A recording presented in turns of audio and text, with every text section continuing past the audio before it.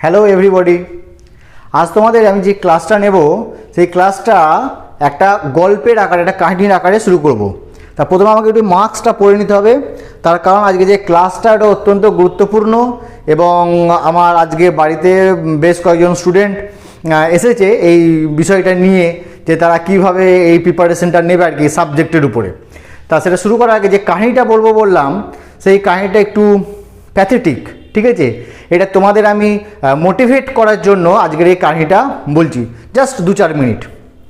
দেখবে প্রতিদিন সকালে, জাস্ট ইমাজিন, প্রতিদিন সকালে যখন একটা সিংহ শিকার করতে যায়, তখন সিংহ যখন শিকার করতে যায় কোনো শিকার কিন্তু তার কাছে আসে না, সিংহের কাছে আসে না যে আমাকে তুমি খাদ্যরূপে ভক্ষণ করো।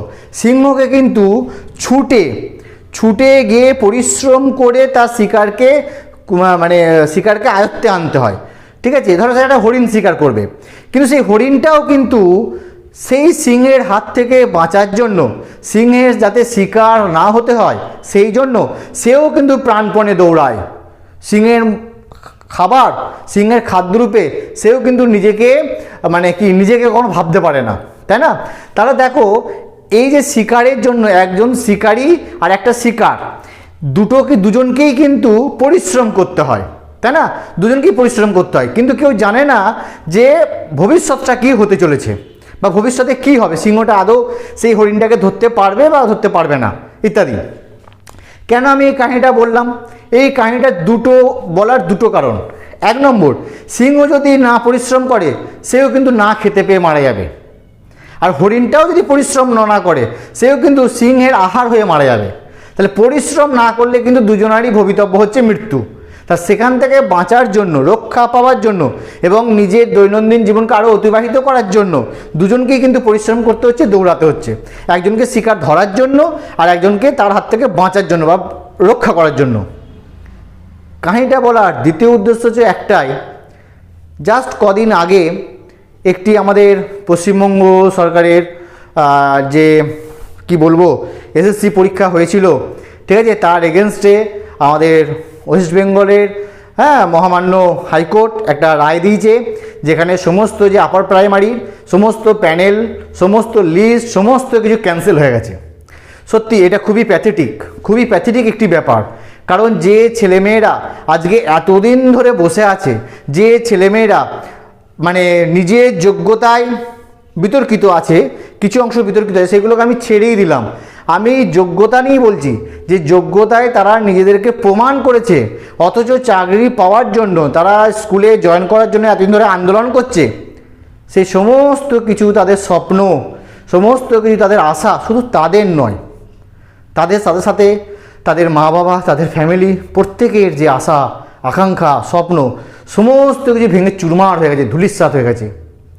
যদিও সেই সম্প্রদায়, সেই গোষ্ঠী, সেই সমস্ত যুবক যুবতীদের মধ্যে তোমরা কেউ হয়ে থেকো, ভেঙে পড়বে না, কখনোই ভেঙে পড়বে না, কখনোই ভাববে না যে তোমাদের অবস্থা সেই হরিণের মতো হবে। তোমাদের নিজেদেরকে সিংহের মতো তৈরি করতে হবে। হয়নি, ক্যান্সেল হয়ে গেছে, হ্যাঁ সত্যি খারাপ, এটা প্রত্যেকেরই খারাপ। আমারও খারাপ লাগতো, আমিও ভেঙে পড়তাম, ঠিক আছে? কিন্তু সেখান থেকে নিজেকে কাটিয়ে উঠতে হবে।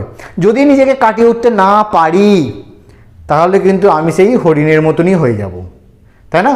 তাই নিজেকে হরিণের মতো না ভেবে নিজেকে সিংহের মতো তৈরি করো, যে পরিশ্রম করে আমাকে সেটাকে নিজের আয়ত্তে আনতেই হবে, আনতেই হবে, উইল, ঠিক আছে? তা সেই কারণেই আমি আজকে, আমার খুব খারাপ লেগেছে যেদিন আমি এই কাহিনীটা খবরটা শুনলাম, পেপারে পড়লাম, ঠিক আছে? বা বিভিন্ন চ্যানেলে তো তোমরাও দেখছো, আমিও দেখেছি। খুবই খারাপ লেগেছে যে ধরো আমরা যে সময় চাকরি পেয়েছি তখন এরকম ছিল না, এরকম অবস্থা, এরকম ব্যবস্থা কোনো কিছুই ছিল না, ঠিক আছে? কিন্তু এখন কি বলবো, এখন এই একটা সামাজিক সমাজ এর মধ্যে আষ্টে পৃষ্ঠে জড়িয়ে গেছে। আর এর মধ্যে সবথেকে বেশি ক্ষতিগ্রস্ত যারা হচ্ছে আমাদের মতো সবারই, যে তোমরা ভাই বোনেরা আছো, ঠিক আছে? তোমাদের জন্য সত্যি খুব খারাপ লাগে। আমার বাড়িতেও একটা এরকম ঘটনা ঘটেছে, আমারই পরিচিত, সেও এরকম ছিল, পাস করেছিল, প্যানেলভুক্ত হয়েছিল, নিজের যোগ্যতাই অবশ্য, ঠিক আছে? কারণ যে সমস্ত বিতর্কিত বিষয় তোমরা ভাবছো বা কিছু, সেই বিতর্কিত বিষয়ের মধ্যে সামর্থ্য অনুযায়ী আমাদের ছিল না, সুতরাং সে নিজের যোগ্যতাতেই কিন্তু নিজেকে প্রতিষ্ঠা করেছিল, প্রমাণ করেছিল, কিন্তু তারও ব্যাড লাক, তাকেও আমি একই কথা বলেছি, একই কাহিনী তাকেও আমি শুনিয়েছি, তোমাদেরকেও বললাম। তোমরা কিন্তু ভেঙে পড়বে না, তোমাদেরকে আবার নতুন উদ্যমে, হ্যাঁ, নতুন মানে প্রত্যেকটা দিনের নতুন সূর্য এক নতুন আশা নিয়ে আসে, নতুন আকাঙ্ক্ষা নিয়ে আসে। সেই আশা আকাঙ্ক্ষা নতুন সূর্যোদয়ের সাথে সাথে তোমাদেরকে নতুন উদ্যমে, নতুন পরিশ্রমে, আরও বেশি উদ্যমে, আরও বেশি পরিশ্রমে তোমাদেরকে এগিয়ে যেতে হবে। হ্যাঁ, হতে পারে এই বছরের মধ্যে তোমাদের অনেক মানে কী বলবো, মানে অবস্থার পরিবর্তন ঘটেছে, পারিবারিক, অর্থনৈতিক, সমস্ত দিক থেকে, কিন্তু সেগুলো নিয়ে ভাবলে চলবে না, তোমাদের কিন্তু এগিয়ে যেতে হবে। ঠিক আছে, তোমরা এগিয়ে চলো। আমি মানে প্রে করি তোমাদের প্রত্যেকের, হ্যাঁ, ভবিষ্যৎ অত্যন্ত সুখকর, সমৃদ্ধশালী হোক, তোমরা জীবনে প্রতিষ্ঠা লাভ করো, সেটাই চাইবো। ঠিক আছে, কারণ পরিশ্রমের কোনো দিন কোনো বিকল্প হয় না। পরিশ্রম যে করে সে একদিন সাফল্য লাভ করবেই। কারোর সময় কম লাগে, কারোর সময় বেশি লাগে, তোমাদের ভেবে নাও একটু সময়টা বেশিই লাগবে, সাফল্য তোমাদের আসবেই। ঠিক আছে, তা চলো আজকের ক্লাসটা শুরু করি। আজকের বললাম একটু মাস্ক পরে আমার একটু অসুবিধা হচ্ছে, বুঝতেই পেরেছো, মাঝে মাঝে একটু মানে নিঃশ্বাস প্রশ্বাসের অসুবিধা হচ্ছে নিতে আর কি, এতক্ষণ ধরে ক্লাস নেওয়া মাস্ক পরে, আর অনেকজন এসেছে, বুঝতে পারেন সোশ্যাল ডিস্টেন্সিং মেনটেন করতে হবে। তার আগে যে ক্লাসটা নেবো সেটা হচ্ছে অব্যয়ীভাব সমাস। তোমরা হয়তো ভাবছো যে এটা তো খুবই একটি সাধারণ বিষয় আমি তোমাদের সাথে শেয়ার করছি, কিন্তু এটা মানে ভাবতে যতটা সাধারণ, বা আমরা 7, 8, 9, 10 যে বা 11, 12 যতটা পড়েছি সাধারণ হিসেবে, যখন আমরা কম্পিটিটিভ এক্সামে যাব তখন তো আর এতটা সাধারণভাবে পড়লে হবে না। এর যে গুরুতত্ত্ব এবং বিশেষ করে যে ব্যতিক্রমী ব্যাপারগুলো, সেগুলো কিন্তু আমাদেরকে খুব ভালোভাবে জানতে হবে।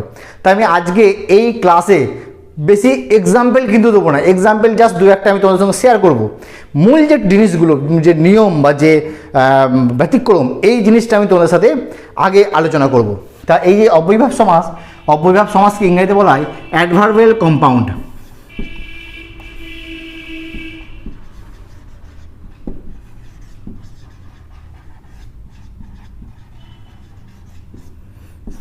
ঠিক আছে, অব্যয়ীভাব সমাসকে ইংরেজিতে বলা হয় অ্যাডভার্বিয়াল কম্পাউন্ড।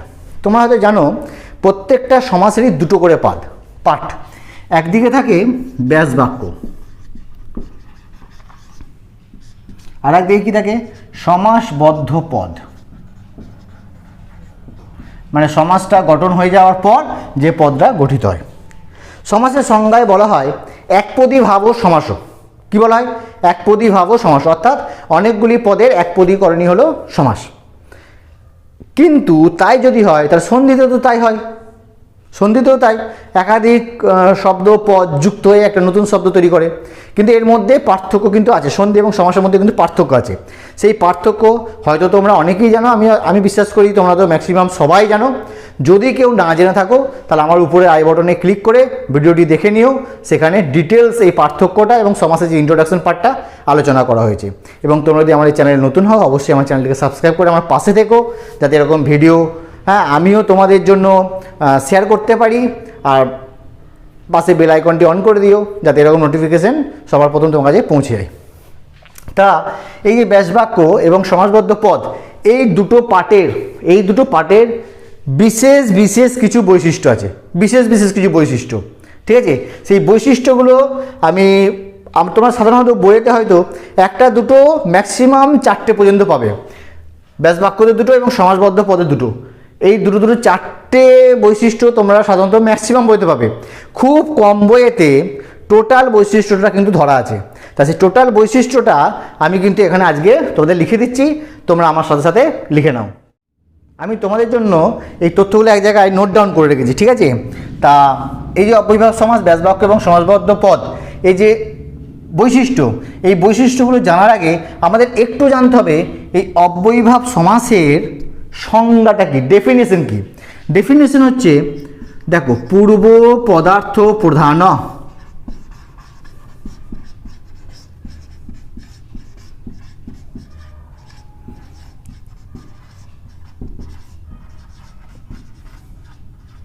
অব্যয়ীভাব, পূর্ব পদার্থ প্রধান অব্যয়ীভাব।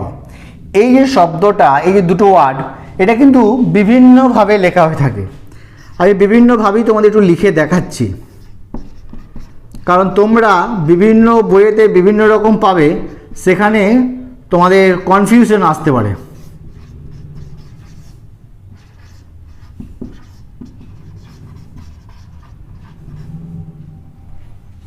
ঠিক আছে। এই দুটো পদ এখানে সন্ধি যুক্ত হয়ে গেছে, বিসর্গ ওকার হয়ে গেছে এবং অকারটা এখানে লুপ্ত অকার হয়ে গেছে, যাকে সংস্কৃতের দ্য টেকনিক্যাল টার্ম হচ্ছে অবগ্রহ। ঠিক আছে, এটা আমি সন্ধি যুক্ত করে লিখলাম। কোথাও কোথাও সন্ধি বিচ্ছেদ লেখা থাকতে পারে, সন্ধি বিচ্ছেদ আবার দুরকম লেখা থাকতে পারে। কীরকম থাকতে পারে? পূর্ব পদার্থ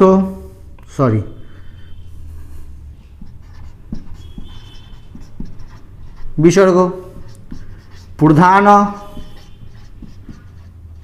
বিসর্গ, অব্যয়ীভাব, এটা থাকতে পারে। আবার কোথাও থাকতে পারে পূর্ব পদার্থ, প্রধান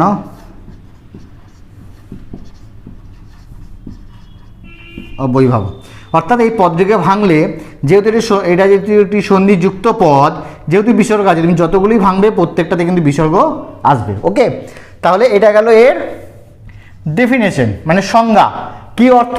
না, যে সমাসে পূর্বপদের অর্থ প্রধান হয়, যে সমাসে পূর্বপদের অর্থ প্রধান, পদার্থ, পদার্থ মানে কোনো মেটেরিয়ালস নয়, পদার্থ মানে পদ এবং অর্থ, পদ মানে ওয়ার্ড বলতে পারো, অর্থ বলতে মিনিং।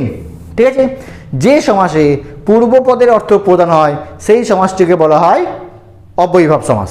ওকে, তাহলে এটা আমি ক্লিয়ার করে দিই। ক্লিয়ার করে আমি এই যে ব্যাস বাক্য এবং সমাসবদ্ধ পদ এর ডেফিনেশনটা, মানে এর বৈশিষ্ট্যগুলো, এই যে বৈশিষ্ট্যগুলো, মেন যে বৈশিষ্ট্য, সেই বৈশিষ্ট্যগুলো আমি এখানে লিখে দিচ্ছি। দেখো তাহলে 1 নম্বর বৈশিষ্ট্য, 1 নম্বর বৈশিষ্ট্য, এখানে অব্যয় পদ বা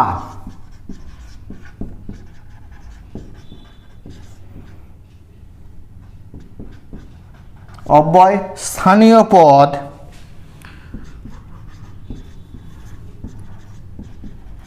পূর্বে বসে। 2 নম্বর, এখানে পূর্বপদ অব্যয় ও পরপদ, পরপদটাকে উত্তরপদও বলা হয়, পরপদ বিশেষ্য হয়। ঠিক আছে, তাহলে এখানে আমি কটি বৈশিষ্ট্য লিখলাম? 2টো বৈশিষ্ট্য লিখলাম। এই 2টো বৈশিষ্ট্য হচ্ছে কার?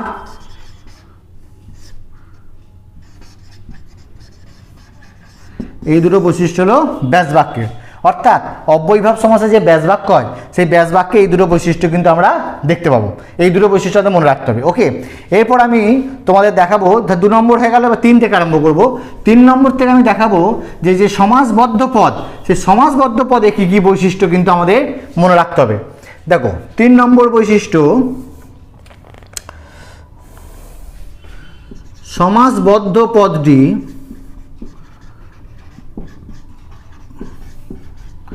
সর্বদা অব্যয় হবে। 4 নম্বর বৈশিষ্ট্য, সমাসবদ্ধ পদটি নপুংসক লিঙ্গ। নপুংসক লিঙ্গকে কী বলা হয়? ক্লীব লিঙ্গ।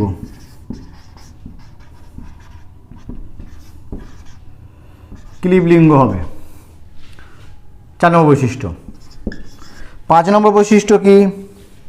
সমাসবদ্ধ পদটি সর্বদা এক বচনান্ত হবে বা এক বচনান্ত হয়। এবং 6 নম্বর বৈশিষ্ট্য কি না, সমাসবদ্ধ পদের শেষে, ভালো করে মনে রাখবে এই পয়েন্টটা মোস্ট ইম্পর্টেন্ট, এই পয়েন্টটি মোস্ট ইম্পর্টেন্ট। ঠিক আছে, তা এর শেষে যে যদি দীর্ঘস্বর থাকে, দীর্ঘস্বর, শেষে যদি দীর্ঘস্বর থাকে সেটা হ্রস্ব, হ্রস্বতে পরিণত হয়, মানে সেটা হ্রস্বস্বর হয়ে যায়। ঠিক আছে, তাহলে এই যে 4টি বৈশিষ্ট্য, এই 4টে বৈশিষ্ট্য কার ক্ষেত্রে হয়? এই 4টে বৈশিষ্ট্য হয় সমাসবদ্ধ পদের, সমাসবদ্ধ পদ, এই সমাসবদ্ধ পদের ক্ষেত্রে হয় এই 4টি বৈশিষ্ট্য। ওকে, তাহলে অব্যয়ীভাব সমাসের সংজ্ঞাটা বুঝলাম, এবং সংজ্ঞার সাথে সাথে সমাসের যে ব্যাসবাক্য এবং সমাসবদ্ধ পদ, এই দুটো পদে যে মানে ব্যাসবাক্যতে দুটো বৈশিষ্ট্য এবং সমাসবদ্ধ পদে হচ্ছে 4টি বৈশিষ্ট্য, মোট 6টি বৈশিষ্ট্য, মূল 6টা বৈশিষ্ট্য, এর বাইরে আর কোনো বৈশিষ্ট্য নেই। মূল যে 6টি বৈশিষ্ট্য, এর বাইরে কিন্তু কোনো মূল বৈশিষ্ট্য কিন্তু আর নেই। এই 6টা বৈশিষ্ট্য আমাদের মাথায় রাখতে হবে, তাহলে আমরা অব্যয়ীভাব সমাস নির্ণয় করতে বা ব্যাসবাক্য নির্ণয় করতে আমাদের সুবিধা হবে, মানে কোনো জায়গায় আমাদের ভুল হবে না। ওকে, তাহলে এটা আমি ক্লিয়ার করে দিই। এবার আমাদের মনে রাখতে হবে এই যে অব্যয়ীভাব সমাস কোথায় কোথায় হয়, কোন কোন ক্ষেত্রে অব্যয়ীভাব সমাস হয়, বা অব্যয়ীভাব সমাসের যে ক্ষেত্রগুলো কি কি। অব্যয়ীভাব সমাসের কম বেশি 50টি ক্ষেত্র আছে, কম বেশি 50টি ক্ষেত্র আছে যেখানে অব্যয়ীভাব সমাস হয়। অর্থাৎ ওই 50টি ক্ষেত্রে যে অব্যয়ীভাব সমাস সেগুলো কিন্তু পরীক্ষাতে পড়ে, উদাহরণ আকারে কিন্তু পরীক্ষায় পড়ে, বিভিন্ন পরীক্ষায় পড়ে, কিন্তু আপ টু এইচএস টু একদম মানে নেট সেট এসএসসি পিএসসি সমস্ত পরীক্ষায় পড়ে। তা সেই যে 50টি ক্ষেত্র, সেই 50টি ক্ষেত্রের মধ্যে মোস্ট ইম্পর্টেন্ট 20টি ক্ষেত্র আছে। মোস্ট ইম্পর্টেন্ট যে 20টা ক্ষেত্র বাদ দিয়ে আজ পর্যন্ত কোনো পরীক্ষায় মানে প্রশ্ন আসেনি এটা হতে পারবে না। অব্যয়ীভাব সমাস থেকে যদি দুটো প্রশ্ন আসে তো একটা আসবে এই 20টা ক্ষেত্র থেকে, আরেকটা প্রশ্ন আসবে বাকি 30টা ক্ষেত্র থেকে, এবং যদি একটা প্রশ্ন আসে সেটা কিন্তু এই 20টা ক্ষেত্র থেকে আসবে। ঠিক আছে, তাহলে একের অধিক প্রশ্ন সাধারণত পরীক্ষাতে খুব কমই পড়ে, সেই জন্য আমি অত্যন্ত সাজেস্টিভলি স্টাডি করে সেই 20টা ক্ষেত্র আমি এক জায়গায় নিয়ে এসেছি। সেই 20টা ক্ষেত্র আমি এখানে লিখে দিচ্ছি, আমার সাথে সাথে তোমরা সেটা লিখে নাও। দেখো আমি তোমাদের জন্য 20টা ক্ষেত্র এখানে অলরেডি লিখে দিয়েছি। কি কি? বিভক্তি, সামীপ্য, সমৃদ্ধি, অভাব, যোগ্যতা, সাদৃশ্য, বিপসা, 8 নম্বরে অনতিবৃত্তে। এই অনতিবৃত্তের শব্দের অর্থ হলো অতিক্রম না করে, অতিক্রম না করে।